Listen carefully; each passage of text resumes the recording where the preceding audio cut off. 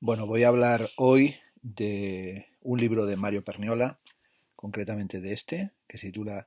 El arte expandido, publicado en la editorial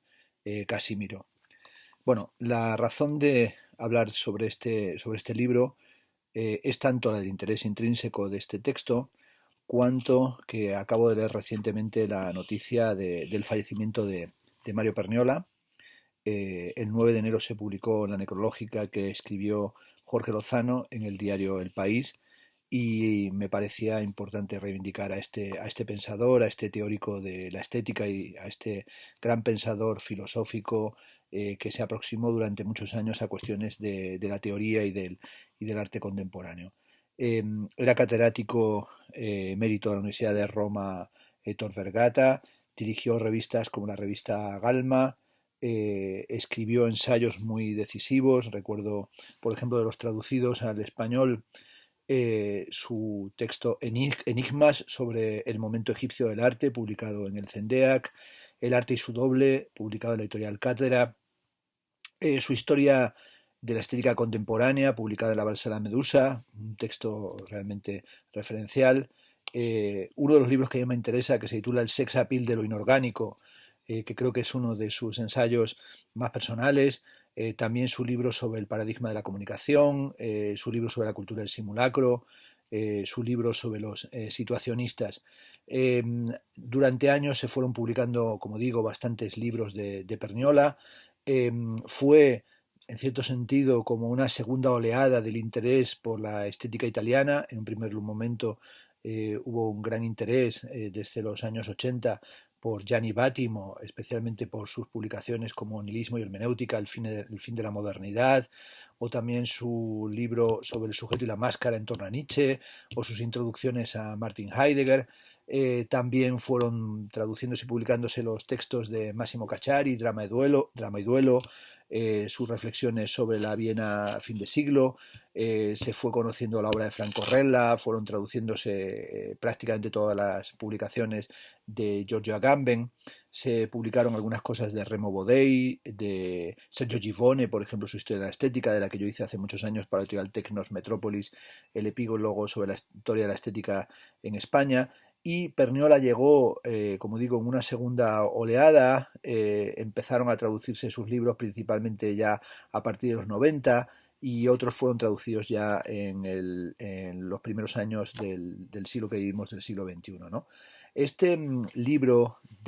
titulado El arte expandido apareció publicado en la editorial Inaudi en Turín en el año 2015. El título original es L'arte espansa, y fue luego publicado el año siguiente en la editorial Casimiro, publicado en el 2016. Como digo, es un libro que tengo siempre aquí sobre la mesa en el despacho desde que se publicó, porque me parecía un libro, como veis, breve, pero sin embargo con una aproximación muy brillante a las cuestiones del arte contemporáneo. Tengo que decir que para mí Perniola ha sido uno de los grandes modelos de pensador del ámbito estético,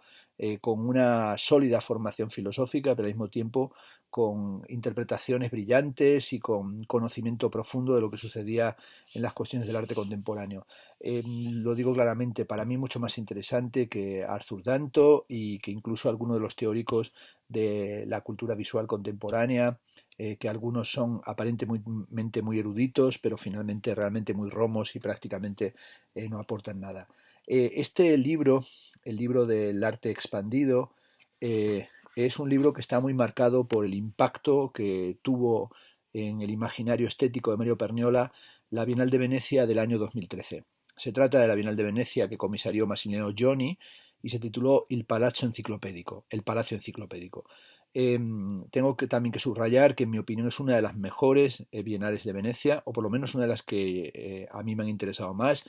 Recordaría a ese nivel también la Bienal de Venecia que comisarió sobre el cuerpo Jean Clare, muy polémica y con aspectos muy reactivos, pero realmente muy bien estructurada. Y también la Bienal de Venecia dirigida en el año 1999 por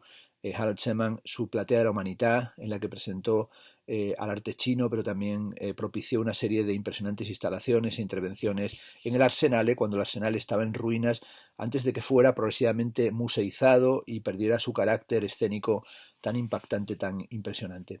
Massimiliano Gioni fue presentado como el curator más joven que intervenía como director de la Bienal de Venecia, conocido como crítico de arte en la revista Flash Art, también con una enorme trayectoria de relación con artistas importantes en el ámbito global y principalmente como un acompañante crítico de Mauricio Catalán. También se tenía noticia de sus actividades vinculado al New Museum en Nueva York, pero este proyecto, el de la Bienal de Venecia, era en cierta medida como el gran desafío que tenía Massimiliano Gioni por delante. Muchos, entre otros yo mismo, no teníamos ninguna confianza que fuera a hacer ningún proyecto digno de prestarle mucha atención. Sin embargo, yo me llevé particularmente una sorpresa mayúscula, porque el Palazzo Enciclopédico planteaba una extraordinaria selección de obras, pero también un guión curatorial muy sofisticado y realmente un debate importante sobre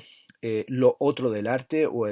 cómo incluir el outsider art dentro de las dinámicas del arte contemporáneo y también reflexionar sobre qué queda de enciclopédico o qué queda de lo enciclopédico en el momento de la Wikipedia y en el momento de la escultura de las redes, ¿no? Tomaba un proyecto para un palacio enciclopédico de un arquitecto visionario, bueno, en realidad de un periférico de la arquitectura y del arte que hizo una maqueta en los años 50 y a partir de ahí revisaba proyectos que tenían que ver con lo visionario, que tenían que ver con la relación entre arte y locura, que le llevaban a presentar la máscara funeraria de André Breton, el libro rojo de Jung, las pizarras de las pedagogías de Steiner, la colección de piedras de Roger Caillois. Todo lo que iba mezclando de visiones del pasado y introducciones teóricas, aspectos marginales o periféricos de la teoría del arte convencional en relación con los artistas contemporáneos convertían a esta Bienal en un proyecto, lo digo con toda claridad, fascinante y sobre el que me parece que se puede todavía seguir pensando. Perniola, con enorme frescura y con un carácter tremendamente jovial, asume el desafío de esa Bienal y trata de pensar a partir de ella qué ha sucedido con las estrategias artísticas y así en este librito que es una intervención que asume esa condición también del pensamiento crítico como algo que no deja pasar un tiempo, necesita un gran lapso de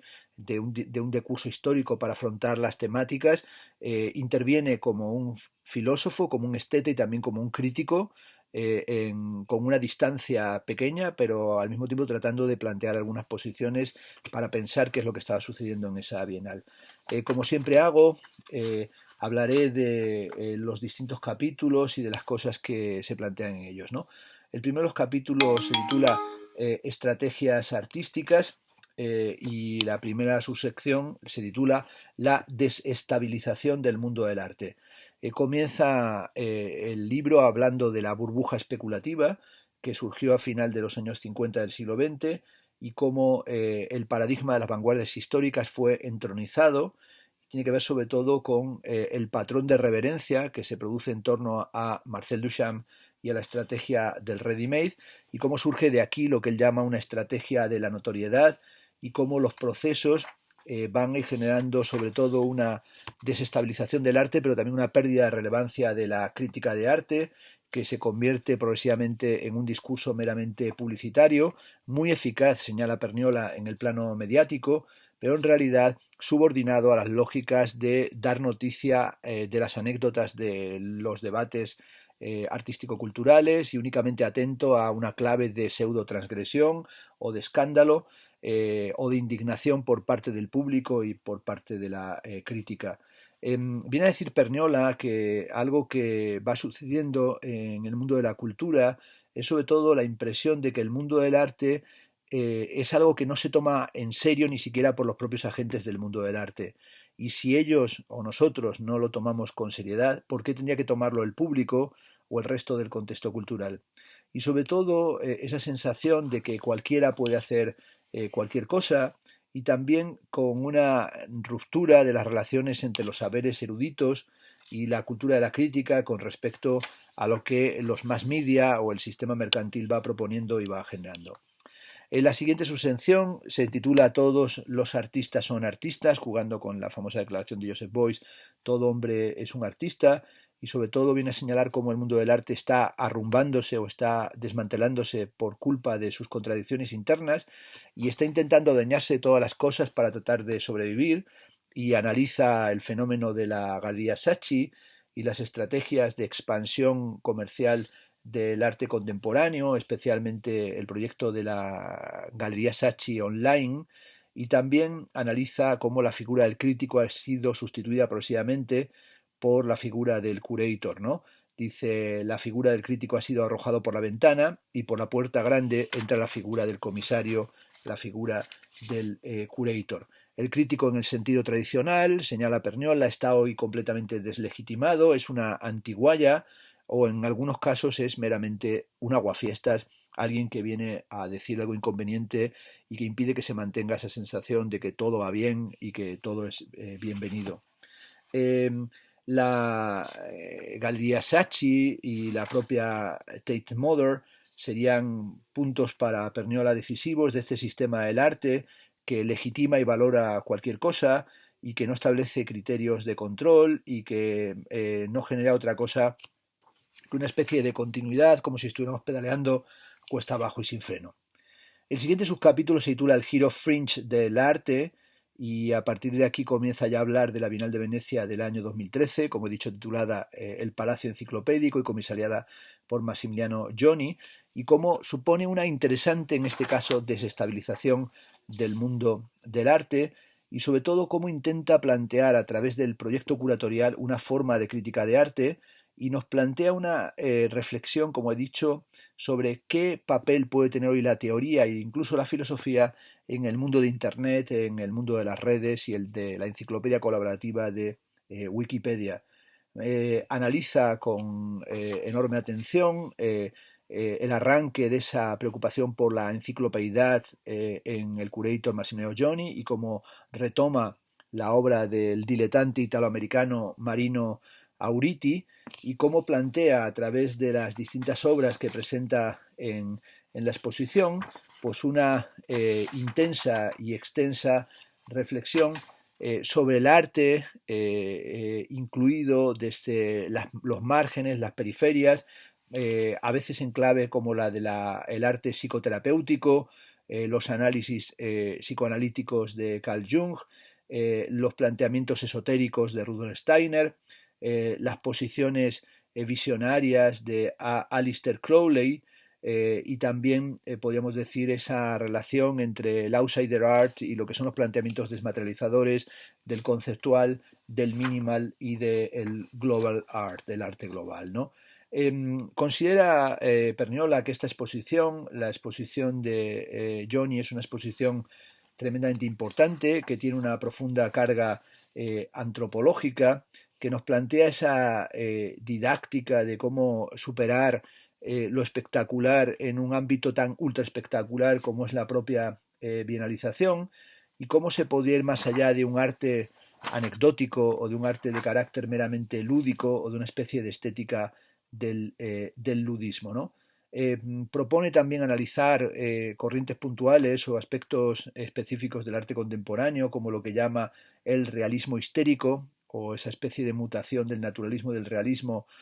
tanto a partir del body art como en ciertas formas del realismo crítico, o también va analizando qué ha sucedido con el performance y con el post-performance y la crítica de las formas de la teatralización. Va revisando las obras que se presentan en la exposición, prestando atención, por ejemplo, a la cuestión del post-estudio y sobre todo planteamientos como los de Bruce Nauman, cuando señala que no estoy vinculado al estudio, sino que me atengo a cualquier cosa que parece que puede ser arte, y en este sentido el arte es más una actividad que un producto, y va analizando cuáles serían los aspectos de la nueva teoría institucional del arte, ¿no? El primero sería la idea de que un arte totalmente identificado con la vida del artista nos llevaría a prescindir de producir obras y en cierta medida nos llevaría a un retorno del romanticismo hasta nuestros días. Esta reflexión sobre el retorno del romanticismo es algo que en otros libros ya había planteado Mario Perniola y que aquí deja como una interesante sugerencia. El segundo punto que le interesa es que para ser creíble una colección no solo ha de ser homogénea, sino también explicitar las razones epistemológicas que generan o articulan tal colección. Frente al formalismo burocrático del posconceptual, lo que le interesa es reflexionar sobre el sistema de la ordenación, lo que llamaríamos el orden del discurso. En cierta medida, la exposición El Palazzo Enciclopédico tenía algo de reflexión sobre en qué medida estamos antropologizando el arte y estamos retornando casi a las cámaras de las maravillas o a las Wunderkammer, y aquí va a retomar la teoría del objeto o del objeto del siglo de Gerard Bachmann y también la noción de despensa de la economía política o de la parte maldita de Georges Bataille, que es algo que ese uso de Bataille para los planteamientos estéticos ha sido muy frecuente en toda la obra de Mario Perniola, ¿no? Y también viene a subrayar que los sistemas de coleccionismo o las formas de acumulación del arte contemporáneo tienen algo no solo de despensa en el sentido del potluck y de la teoría del gasto, sino también algo de acumulación compulsiva, como una disposofobia o diríamos nosotros un síndrome de Diógenes, ¿no? Y que sería el momento en el que el Merzbau o las formas de acumulación y los teatros de varietés de las soirées futuristas o las presentaciones caóticas, cacofónicas de los dadaístas tendrían una forma burocrático-institucional en los sistemas de articulación del mundo del arte contemporáneo. La tercera cuestión que plantea Perniola está relacionada con la idea del arte como acción. Contrariamente, dice Perniola, a la concepción más difundida de la experiencia estética, según la cual el arte proporciona un placer puramente contemplativo, muchos artistas piensan que el arte puede ser una forma de acción, y en este sentido similar a la magia, a la alquimia o al cuidado del alma. Este asunto de la magia, de la alquimia o del arte como acción es algo que en toda la exposición de Massimiliano Gioni tenía una gran presencia. El cuarto y último de los puntos de esta sección señala que la Bienal de Venecia del 2013 es interesante también en la medida en que plantea una relectura del surrealismo, un movimiento muy cuestionado a partir de los años 60 60 y 70 del siglo XX, y sobre todo nos habla de cómo hay una impregnación de la sensibilidad surrealista que se manifiesta sobre todo en el interés que retorna en el siglo XXI por los fenómenos paranormales o los fenómenos de esoterismo y también la nueva interpretación de los sueños, ¿no? Y esta revalorización del surrealismo tiene sobre todo la clave de un interés renovado por el surrealismo, no en el sentido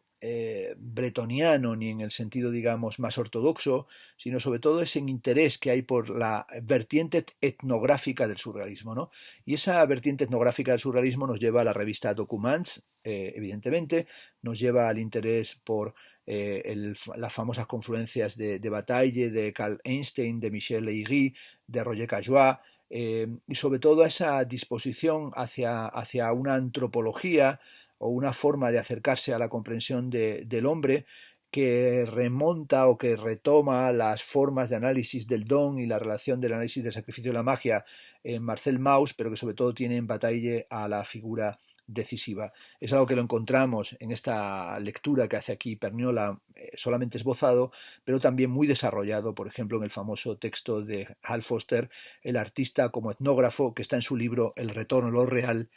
traducido en español en la editorial ACAL, ¿no? Bueno, va analizando en esta parte, tomando en cuenta algunas de las obras que se presentaban en la exposición, esta cuestión, como digo, de la recuperación de lo surreal, menciona explícitamente ese retorno a lo real de Hal Foster y sobre todo la importancia que toma en Foster y en el grupo de October lo informe de Bataille y también el análisis del trauma o de lo sintomatológico a partir de su particular lectura de Jacques Lacan y concretamente del seminario Los cuatro conceptos fundamentales del psicoanálisis y cómo esa dimensión de lo real con mayúscula no es algo que va a remolque de la historia, sino que tiene que ver con una forma de operación artística que genera pues una presencia de un arte que no es meramente el trampantojo o la doma de la mirada, sino que es la emergencia de lo real traumático, y este retorno de lo real es también en cierta medida el retorno del surrealismo. El quinto de los puntos dice que la Bienal de Venecia del 2013, radicalizando la idea populista de que cualquiera puede hacer arte, implica también una revisión del desarrollo de las neovanguardias y de esa obra de arte que ya no se basa a sí misma, y de todas esas estrategias artísticas que, sometidas a la nueva disposición publicitaria, tienen ese giro fringe que parece que cuestiona lo institucional, pero que también está continuamente garantizado y legitimado dentro de los espacios expositivos y de los más media museísticos y bienalísticos actuales, ¿no? Lo fringe, dice Perniola, no cuesta nada o cuesta muy poco, y solo basta subirse a espaldas de gigantes para no parecer enanos, ¿no? Bueno, este es el primero de los capítulos. Luego tiene otro que se titula Intermezzo, dentro del cual la primera subsección tiene el título Artisticidad, Artificación, Artistización. Nos habla de cómo se abre ante nosotros un horizonte aparentemente ilimitado. Cualquier cosa puede ser calificada como arte, y basta con ser un curator o un conocedor para bautizar todo como estético y todo como artístico, ¿no? Hegel nos dice, y Benedetto Croce, excluían lo bello del mundo natural, y hoy en realidad no hay una preocupación por la belleza desde el ready-made, sino que se ha roto, dice Perniola, cualquier relación con la estética, y considera que el punto fundamental es la relectura del ready-made que hace el arte de apropiación, ¿no? Shirley Vine señalaba que el mundo está lleno hasta la sofocación y que el hombre ha puesto su marca en cada piedra, cada imagen está prestada e hipotecada, y solo podemos imitar un gesto que siempre es anterior y que nunca es original. Esta famosa lectura de Shirley Vine del After Walker Evans, ¿no? Después de Walker Evans, apropiándose de las fotografías de la depresión americana de Walker Evans, son el origen de toda esa teoría del arte apropiacionista, que tomó, como recordaremos, puntos de partida en la desaparición del autor de Roland Barthes, en la muerte del autor de Foucault, en Pierre Menard, autor del Quijote, y que tuvo puntos importantes a partir de la exposición Pictures de Douglas Cream, pero también a partir de ciertas exposiciones que se hicieron, o seminarios, o libros, o publicaciones en el contexto del New Museum cuando lo dirigía Marcia Tucker, ¿no? Algunos de esos libros o de esas publicaciones han sido presentadas en la editorial ACAL, en la colección que dirige Ana María Guas, ¿no? El giro fringe del arte, nos dice Perniola, es un fenómeno específico en el que no se trata de legitimar algo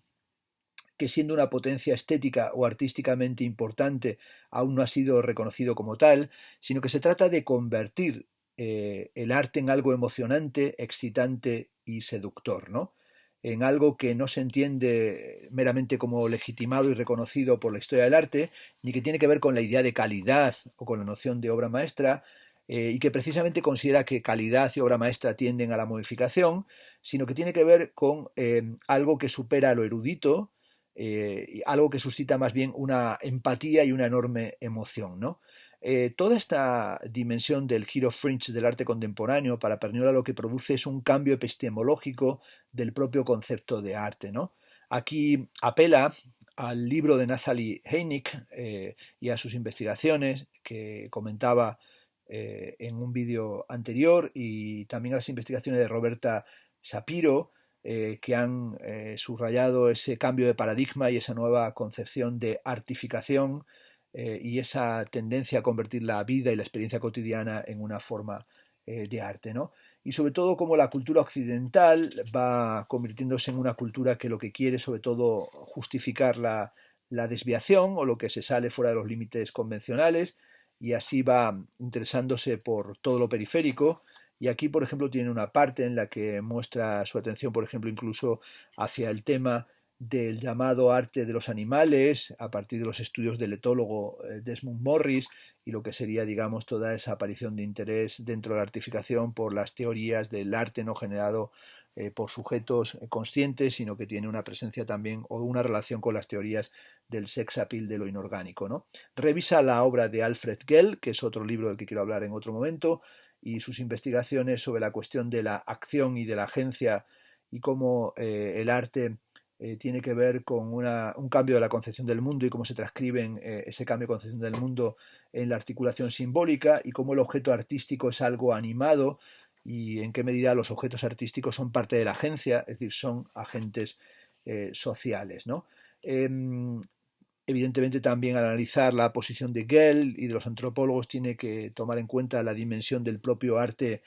como rito y cómo esa dimensión del arte como rito va generando toda una nueva articulación de los propios conceptos de artisticidad, artificación y también de en qué medida estos elementos o esta forma de comprender el arte requiere de visiones sintéticas, no solamente, digamos, descriptivas, sino fundamentalmente filosóficas, ¿no? La artistización no es el reconocimiento, dice, de un valor artístico previo, ni una política de promoción de prácticas marginales, como sería la artificación, sino que tiene que ver con esa palabra inglesa, con la agency, con la agencia, que implica un desplazamiento del enfoque desde la acción individual a un sistema de relaciones. El mundo del arte comienza, según Perniola, a ser contemplado desde un punto de vista inusual y sobre todo hay un interés por lo alternativo, por lo experimental, por lo no pensado por la propia historia del arte y sobre todo una importancia de valorar lo que se viene a calificar como radicalidad, es decir, aquello que desplaza, disloca, transforma o modifica lo establecido y cómo se generan posiciones, diríamos, disruptivas o posiciones de divorcio en el tránsito y en las relaciones entre las cosas. El proceso del que está hablando aquí, como bien señalaba Perniola, podría analizarse en relación con la noción propuesta por Víctor Slowski, su noción de ostranenie, aquella noción de extrañamiento, y la importancia para Slowski de lo maravilloso o de lo inesperado en la configuración del arte, o también podríamos hablar de la noción de la interrupción y del extrañamiento en Brecht y en la lectura que Benjamin hace de la interrupción del teatro épico. Evidentemente, el final de este capítulo retoma esa cuestión de Bertolt Brecht, de la distracción o del extrañamiento, de la Verblendung y sobre todo esa interrupción como fundamento de su poética teatral y el cuestionamiento, digamos, de las posiciones empáticas o completamente emocionales o podríamos decir nosotros estéticamente o inercialmente aristotélicas, ¿no? El siguiente capítulo se titula Estrategias teóricas. En él analiza la cuestión de los psicópatas y de los, de los psicóticos como artistas, pero también la cuestión de si los psicóticos son o no son artistas. Revisa la cuestión del outsider art y en esta parte evidentemente tiene que revisar el famoso texto de Hans Prinzhorn, ¿no? Su trabajo sobre las enfermedades mentales y las prácticas creativas y sobre todo esa cuestión de cómo para Prinzhorn la enfermedad no equivale al talento y cómo para Prinzhorn propiamente las obras o los trabajos de los enfermos mentales, de los psicóticos, no son arte, sino lo que él llama Vilnerei, palabra que tiene un significado diferente, que es el de actividad plástica, visualización iconográfica, articulación de las imágenes, ¿no? El libro de Prinzhorn, como sabréis muchos de los que estáis escuchando esta breve reseña, este comentario, es fundamental en el despliegue de las vanguardias y particularmente va a ser muy fecundo para el surrealismo. Hay una traducción hecha no hace muchos años en la editorial Cátedra al español, pero ese libro de las obras, de las construcciones plásticas de los enfermos mentales, va a ser decisivo para el surrealismo parisino, pero también va a ser importante para Jean Dubuffet cuando constituye la noción del arte bruto y también va a ser muy importante para Harald Seemann cuando expone la Kunsthalle de Berna trabajos de la colección del psiquiátrico de Heidelberg de Prinzhorn y también, como es bien conocido, fueron utilizados estos trabajos en la infame exposición de Das Entartete Kunst, del arte degenerado, que hicieron los nazis, ¿no? Massimiliano Gioni vuelve sobre esta cuestión del debate en torno a el arte, entre comillas, o no, de los enfermos mentales, pero en realidad lo que hace es volver a la lectura que de estos materiales ha hecho ya hace años Harald Seman, porque Harald Seman se mantiene como una especie de protocurator que influye evidentemente a Hans Ulrich Sobris, pero también es reinterpretado aquí por Massimiliano Gioni de una forma que yo creo que es bastante creativa y no meramente inercial, ¿no? Le interesa a Perniola revisar la cuestión de si el esquizofrénico, como un sujeto replegado sobre sí, es capaz de pensar y de conocer y de articular su obra en relación con los límites. Es algo que evidentemente permitiría reflexionar toda la cuestión de la Gestaltung en relación con la lectura que de la esquizofrenia generan Deleuze y Guattari en sus hermosísimos textos Antiedipo y también en Mil mesetas, ¿no? El siguiente subcapítulo de esta sección se titula Solo los locos pueden ser artistas, y ahí es donde entra el análisis del arte bruto de Dubuffet, y como decía Dubuffet, que el arte debe ser individual, personal y realizable por cualquiera, y no un acontecimiento que hacer encomendado meramente a unos pocos, y como para él los verdaderos enfermos son los enfermos de la cultura, los enfermos de la monotonía y de la vida diaria, y como para Jean Dubuffet la belleza era una impostura, es decir, una impostura que era una forma de atar la tradición en relación con la cultura griega, ¿no? Y cómo nuestras fiestas, nuestras casas, nuestra vida sería una vida pobre, fosilizada, en la que todo eso tendría que ser desmantelado por un arte que produce risa, pero que también produce un poco de miedo, pero sobre todo un arte que en ningún caso nos podría aburrir. Las partes sobre el arte bruto, en mi opinión, están muy bien planteadas en este libro. La siguiente sección se titula Los locos constituyen el grupo específico de artistas, y aquí retoma la noción de bricolage del pensamiento salvaje de Claude Lévi-Strauss para pensar las configuraciones antropológicas en relación con los trabajos de los enfermos mentales, y cómo todo artista es un bricoleur, y sobre todo como el bricolaje tiene que ver también con un trabajo, diríamos, de la mano de Claude Lévi-Strauss con espolia, con restos y fragmentos que son recombinados en la famosa crítica digamos, del darwinismo lingüístico progresivo que se hace en la teoría de Claude Lévi-Strauss, pero también como el bricolaje tiene que ver con el détournement, tiene que ver con la tergiversación, que es una sugerencia que hace Mario Perniola en la página 75, que sin duda esta aproximación entre bricolaje y détournement tiene que ver con la propia posición de Perniola dentro del movimiento situacionista del que fue parte en su sección italiana, ¿no? También analiza cómo a partir del año 1972 va a ir creándose la noción de outsider art, que fue una palabra introducida por Roger Cardinal, y como Roger Cardinal se aproxima en cercanía con el pensamiento y la práctica de Jean Dubuffet a esta cuestión del outsider art, para decir que el objetivo de su reflexión sobre esta cuestión del arte outsider es buscar obras que en la medida de lo posible escapen a las condiciones culturales y tengan que ver con condiciones o formas mentales verdaderamente originales, ¿no? El outsider art fue recogiéndose en distintas exposiciones, por ejemplo la exposición del año 1989 que comisarió John Maisels, Raw Vision, International Journal of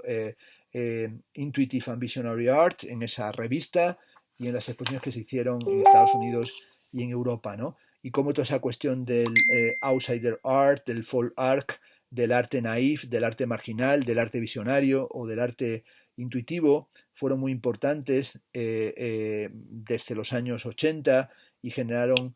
una subcategoría del arte que sería esta cuestión del arte marginal o del arte visionario, ¿no? Y también fueron apareciendo artistas que pretendían ser outsider cuando en realidad lo que querían ser a toda costa era incluidos e insider, ¿no? Y también presta atención, por ejemplo, al arte psicodélico, ¿no? Esta sección se cierra con una sugerencia que nos muestra que Perniola estaba atento continuamente a lo que estaba pasando en la cultura visual contemporánea, que es un pequeño apunte sobre el monkey selfie case, sobre el asunto del mono que se hizo un selfie en las islas Célebes, y cómo tomó la cámara un mono de un fotógrafo y cómo esa foto fue colgada en las redes y el fotógrafo reclamó los derechos del copyright de esa imagen viralizada y cómo esto tendría que ver, esta especie de caso del mono del selfie, tendría que ver en cierta medida con el aforismo de Lichtenberg, cuando Lichtenberg dice que el más perfecto de los monos no puede dibujar a otro mono, solo el hombre es capaz de hacerlo y solo el hombre interpreta esa habilidad como signo de superioridad. Bueno, el último de los pasajes del libro es evidentemente la conclusión. En él la primera sección se titula La caída definitiva del insider art en la comunicación y viene a señalar cómo el outsider art y el hero fringe del arte contemporáneo han sido introducidos en el mundo del arte, de los manuales, de los museos, de las bienales, de la práctica curatorial y están también sometidos a la mercantilización. Y cómo ese insider art, después de los años gloriosos, desde los años 60 hasta el 2010, ha ido desintegrándose en la medida que se ha ido, valga la paradoja, integrando dentro del sistema artístico generalizado. Y también sugiere que estamos en una especie de retorno de la idea wagneriana de la Gesamtkunstwerk, de la obra de arte total, y cómo están haciendo esa idea de un arte total parapolítico, diríamos nosotros, pseudopolítico, y que tiene que ver con toda esa economización general de las formas de vida contemporánea, pero que también con un retorno del romanticismo o de las ideologías románticas, hay también un redescubrimiento del sentido estratégico de la belleza, y los románticos aparecerían también en el tipo de política contemporánea, ¿no? Esta sugerencia le lleva a Perniola a introducir hacia el final del libro a Carl Schmitt. Es una moda, como sabemos todos, filosófica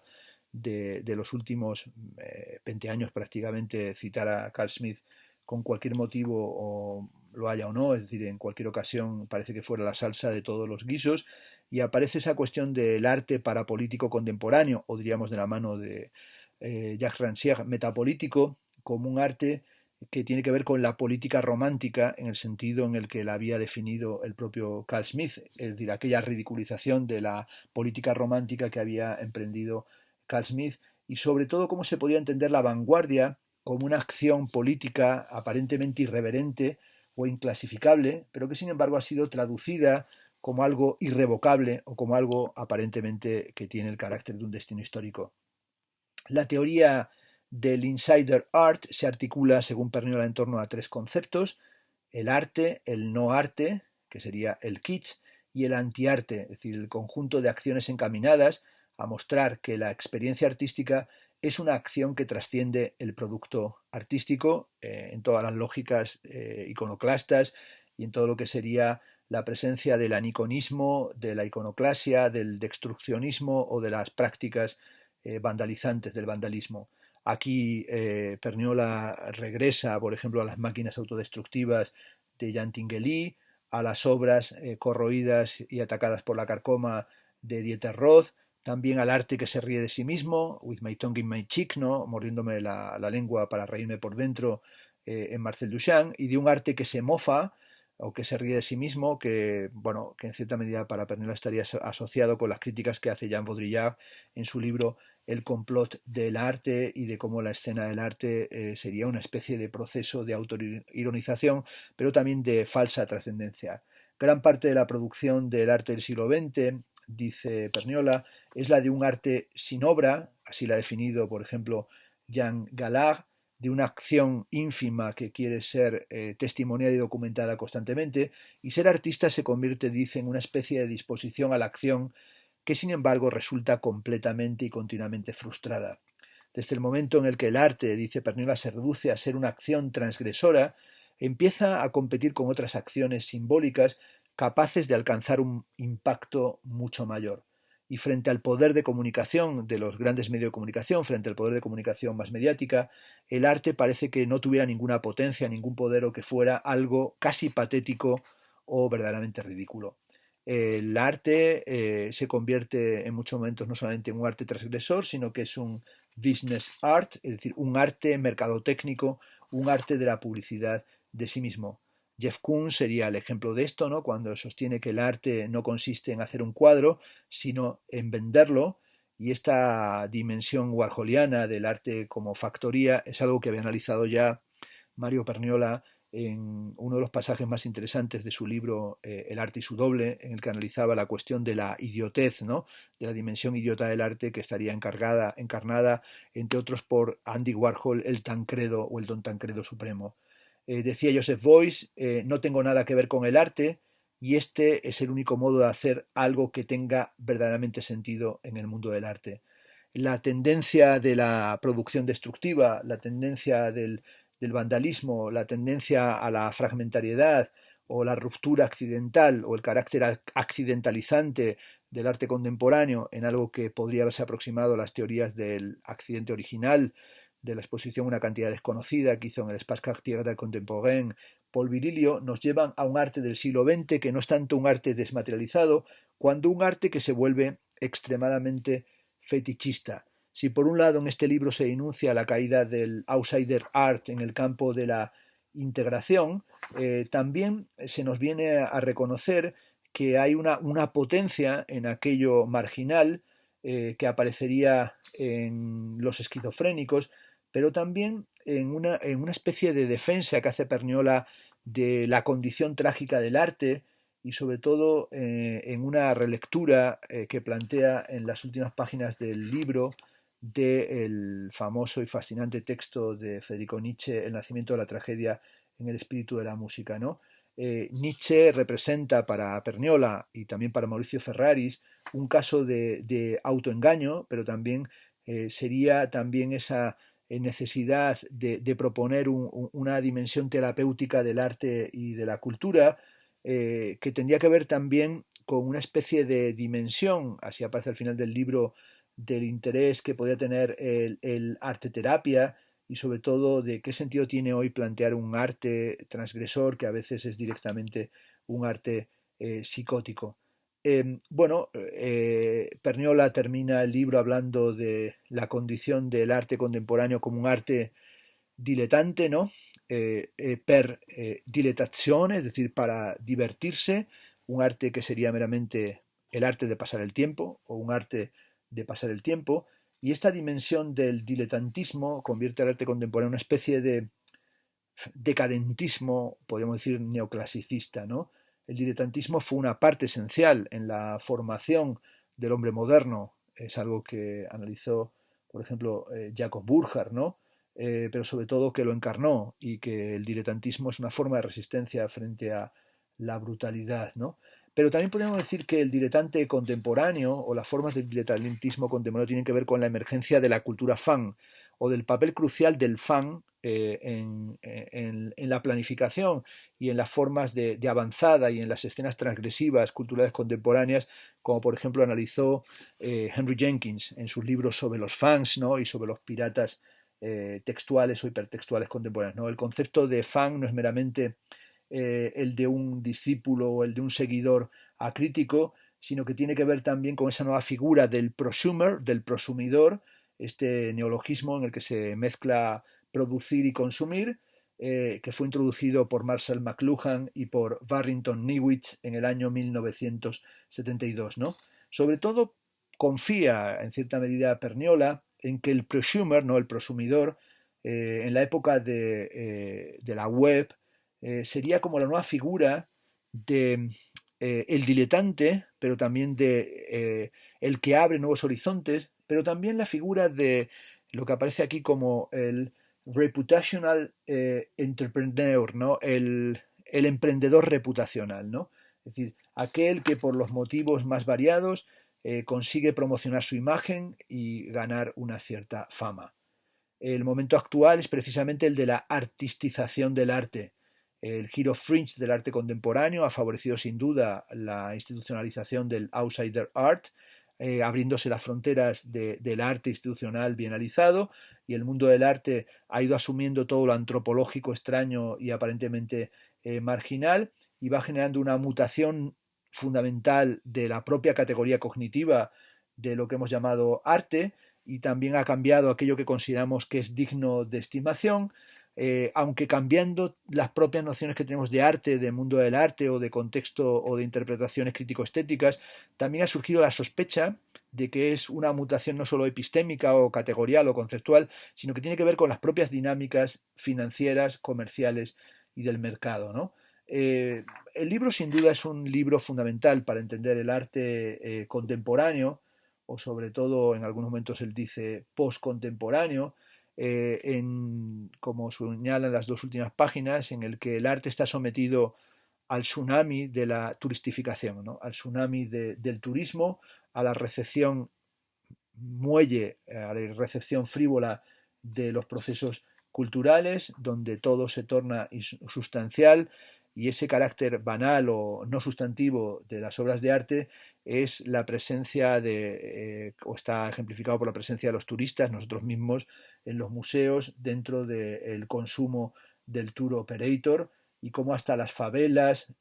o las villas de miseria se han convertido en algo del tour operator y en la mirada del turismo que destruye el mundo, ¿no? Y esta especie de desactivación y este desvío del arte contemporáneo es sobre todo algo que le lleva a terminar el libro revisando las teorías del sociólogo Howard Becker o también las teorías de la antropóloga Ellen Nayake sobre el arte como una necesidad de la humanidad desde el Paleolítico, pero también como esa necesidad de hacer algo especial, ¿no? Making special, se ha convertido hoy en una táctica no tanto de supervivencia cuanto en una lógica comercial utilitaria, y cómo el mundo del arte ha distorsionado esa necesidad antropológica fundamental de realizar arte. En cualquier caso, para Perniola, la Bienal de Venecia del año 2013 sería una ocasión fundamental para pensar las estrategias antropológicas y las estrategias filosóficas, para pensar el arte y para pensar qué es una colección, ¿no? La última frase del libro nos dice que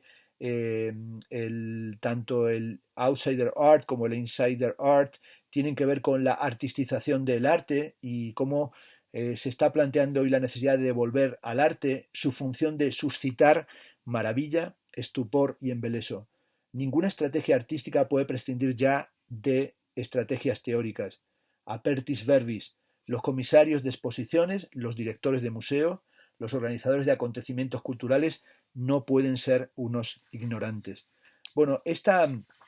formulación de que los comisarios, los directores de museos, los sujetos contemporáneos no pueden ser unos ignorantes, es sin duda una observación que querría hacer mía. Es decir, no podemos hoy bajo ningún concepto ser unos ignorantes, y me gustaría terminar esta evocación de Mario Perniola y esta lectura de su libro señalando que no podemos ignorar a Mario Perniola, uno de los pensadores, en mi opinión, decisivos de las 4 últimas décadas, un verdadero maestro a quien tuve el privilegio de conocer en los años 90 y que era un fino pensador, y sobre todo siento que hoy su pérdida pues hace que haya un gran hueco en el ámbito de la teoría, y afortunadamente tenemos con nosotros sus libros y tendremos durante muchos años la posibilidad de seguir discutiendo, repensando, disintiendo y sobre todo maravillándonos con las perspectivas tan sagaces y tan lúcidas y tan lúdicas que tenía en su comprensión del arte de nuestro tiempo. Os lo recomiendo de verdad y lo recomiendo con la emoción y del recuerdo de un pensador realmente esencial.